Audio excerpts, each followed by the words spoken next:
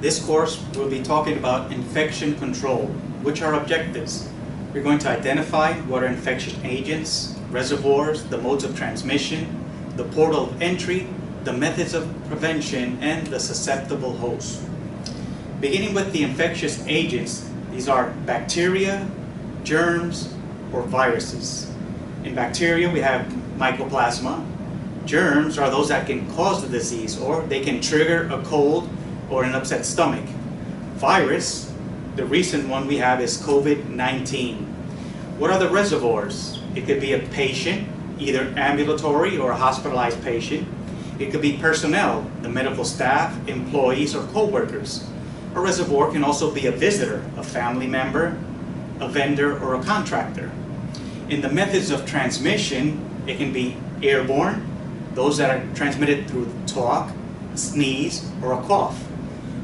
The second category are the body fluids. It could be blood, saliva, or sweat. And the third mode of transmission would be contact through our hands, a handshake. It could be a doorknob or a handrail. Now, what is the portal of entry? Well, it could be through the eyes, through the nose, or through our mouth. The methods of prevention would be hand hygiene with soap and water, the 3 W's. Want to wet your hands, wash them with water and soap, and then wipe them dry and clean. We can also use a hand sanitizer where we pour the hand sanitizer on our hands, we rub them thoroughly between knuckles, fingernails, and then let them dry off. But you have to have a caution with the hand sanitizer. Once you use hand sanitizer, make sure you always wash your hands. Because if you don't, and you're going to light up a match, your hands can catch fire. Another method of prevention is PPE, personal protective equipment. There would be gloves for our hands. You could use a shield, would be to protect your eyes, or a mask to protect your nose and mouth.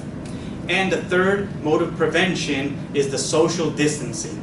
6 feet separation, isolations for those that have contracted a disease, or quarantine, those that have been in contact with person that have the disease, but they do not have the symptoms. In the methods of prevention, we have also cleaning. Sanitize, disinfect. Cleaning is with a cloth, but that's only the removal of dust, dirt, or debris. It's not effective. Sanitize would be a wipe, but this is only to control bacteria.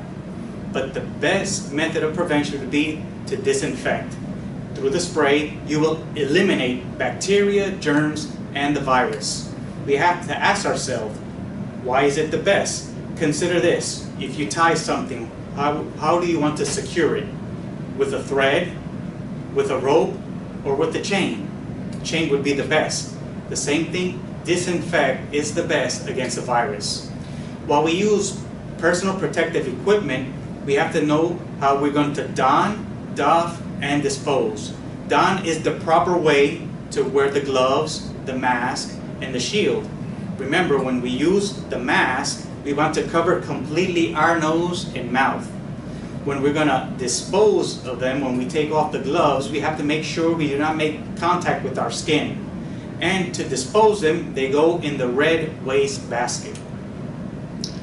How about the fingernails? These must not exceed 1/8 of an inch. Why? Because under the fingernails, bacteria, germs, and virus can be allocated. They must not exceed 1/8 inch because they can break a glove while trying them on. And they must not exceed 1/8 an inch because they can also break the skin. And then you will be unprotected.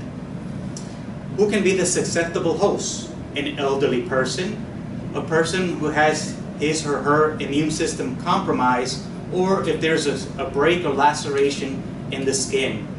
In conclusion, we want to stay, stop, and save. Yes, stay home, stop the spread, and save lives.